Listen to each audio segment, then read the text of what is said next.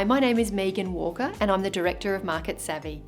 Today I have the pleasure and privilege of speaking with Seth Godin on the topic of marketing for health and community professionals.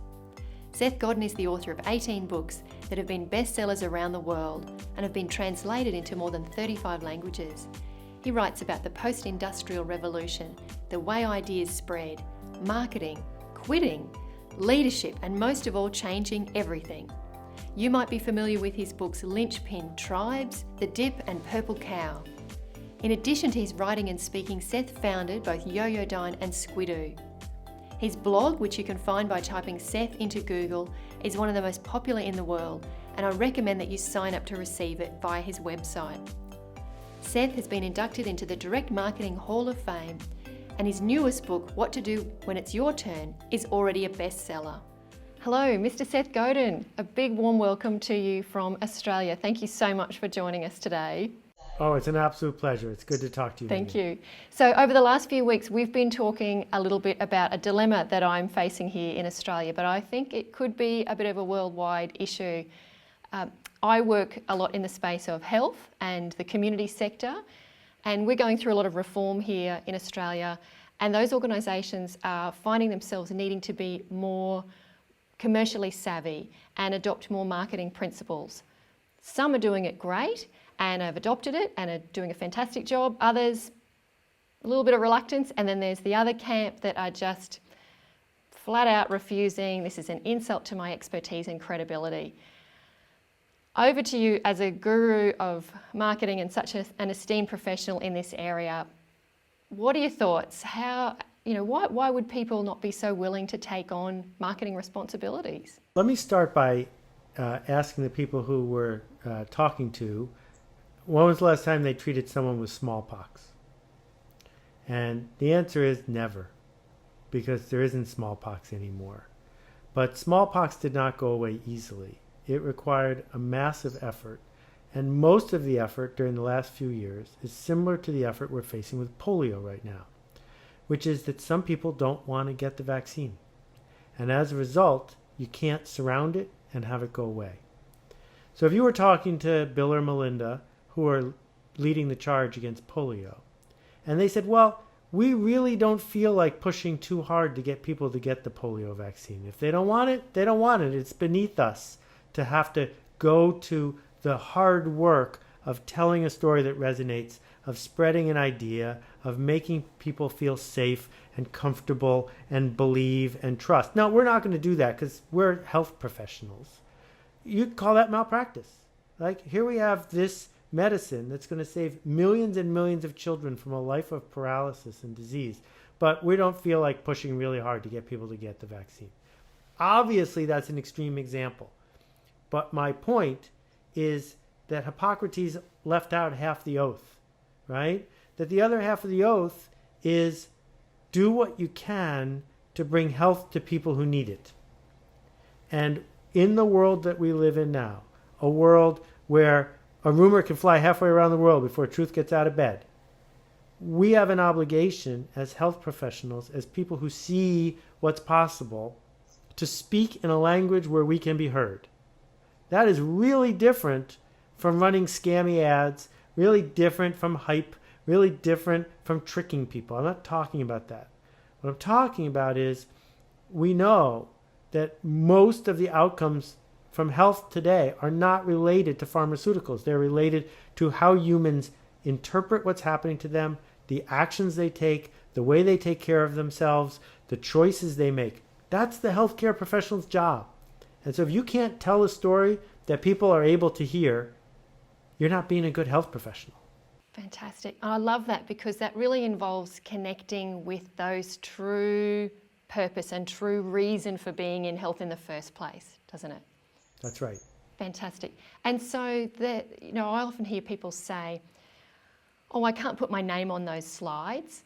I'm not going to give my web address. That's shameful. That self-promotion is, that's not for me. I've been at university for 10 years. What do you say to some of those personal barriers around self-promotion? Sure. Well, here's what we all go to, at least I go to, and maybe you go to. The worst person we've ever seen, right? the scammy person who's got the, this business card holds a crease and let me promote this and let me promote that and let me sell you some snake oil while I'm at it. And I was reading about snake oil the other day. It's a real thing, and it was one of the most common medicines in the United States for a long time. And a guy made millions and millions of dollars in running a snake oil business.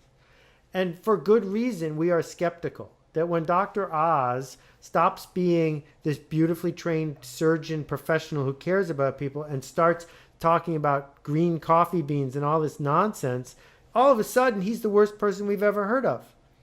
We don't want to be anything like the worst person we ever heard of. But the thing is, if you think about how you make decisions and you think about what kind of car you drive and what kind of candidate you believe in and what kind of coat you wear, you didn't do the math. You didn't make a super informed, fully intellectual decision. You made all of those decisions based on the fact that you're a human. And so, I think it begins with this. We need to trust ourselves enough to tell the difference between speaking honestly and powerfully about what we do and being a selfish scam artist. And if you don't trust yourself and it's too slippery a slope, then yes, don't do nothing, because I don't want you to become a slippery scam artist. But what I am hoping is that for the same reason you wear a white lab coat, even though we lost the reason to wear white lab coats 50 years ago, right? You wear the white lab coat because it's good marketing, because it lets them tell the patients from the doctors. When was the last time you needed a stethoscope? You wear the stethoscope because it's a badge. Well, there's lots of badges today. And one of the badges is that we publish our work, not just in an intellectual academic journal, but we publish it where the public can find it. Another badge, we make sure our office is in a place where people can bump into it. Another badge is that people need to know about us, so I better have an easy to use, easy to find website. Does that mean I should spend 4 hours a day on SEO trying to win the battle for? No, but it does mean you better communicate because you have something to offer. Fantastic. I love that. So the ethical marketing for health professionals, not so much snake oil. Paint the picture. What does it look like when it's being done beautifully? Well, okay, so let's talk about what marketing means. Marketing is not advertising. Marketing is not spam. Marketing is not outreach. Marketing is who you are and what you do. So I had surgery 2 years ago from a fancy New York surgeon. And apparently I talked to him in the recovery room, but I have no recollection because, of course, everyone forgets what happens in the recovery room. This is on Tuesday. I go home. I'm uncomfortable. I'm uncomfortable all day Wednesday, all day Thursday. I don't hear from this surgeon. Friday afternoon, I call him up. Am I happy? Of course not. He is a bad marketer. He's a bad marketer because he didn't send me home with written instructions. He's a bad marketer because he didn't tell me before I went that I should bring Secret so I wouldn't have a sore throat. He's a bad marketer because he didn't call me up the next morning and act like a human being and say, I just cut you open. How you feeling? Right? How long does that take? Almost no time at all. But he wasn't acting like a human. He was acting like a surgeon. And so every time someone mentions to me that they have the ailment I had, what do you think I say? Not, here's his number. Now, let's think about what good marketing would have looked like. Good marketing would have been the opposite of all that. Now, I have 18 friends who need this kind of work one day soon. If this person had been a mensch, a good guy who had been persistent and consistent in communicating to me on my behalf, I'd get him 3 more operations at $7,000 US each. That's $21,000 in return for calling me on the phone for a total of 3 minutes. That's what marketing is. Yeah, beautiful. It's funny, when I take my little dog to the vet, I often think, gee, I wish my local doctor's practice treated me as well as they're treating the dog. You know, hello, how are you? How's she going? You know, would you like a treat? You know, it's like, let's open the door for you. And then you go to your own GP and you're sitting there forever and you're being ignored and the appointment's late. And I delivered some workshops in the last few weeks with doctors, and I was talking about waiting times. And I personally don't, I think it's an insult to people and a waste of their time for excessive waiting periods. Sure, emergencies come up. We understand that as human beings. But there are some attitudes that I've heard of people saying, well, for some of our patients, that appointment's free, so they should be lucky that they're even getting to see a doctor. That one really doesn't sit so well with me. What's your response to that attitude? 200 years ago, the work that medical professionals do today was priceless. The King of England couldn't afford it. And 200 years from now, the work that doctors do today will be worthless. It'll be antediluvian in nature. So in this moment, talking about what people deserve and what they pay for it just feels callous to me. It feels wrong, and it's the posture of someone who's a car mechanic, not a doctor. And if you view your work as being a car mechanic for the body, then expect to be treated the way people treat a commodity car mechanic, which is not with respect, not with honor, but with, fine, it's my car, here's your money, go away. What you're really doing is you're putting on a show, right? And that show consists of creating an environment where people feel seen, understood, and confident. Now, there are lots of ways to do that don't cost you anything, that involve, for example, you're going to have a receptionist. Why not have one who's nice? Why not make that part of the receptionist's job? I had a GP for 12 years. He didn't take insurance. So over those 12 years, I paid the man tens and tens of thousands of dollars. I quit and left because he refused to talk to his receptionist and tell her to stop being nasty to everyone who came by, like they were doing me and everyone else a favor. Well, it's his choice, but it's also my choice.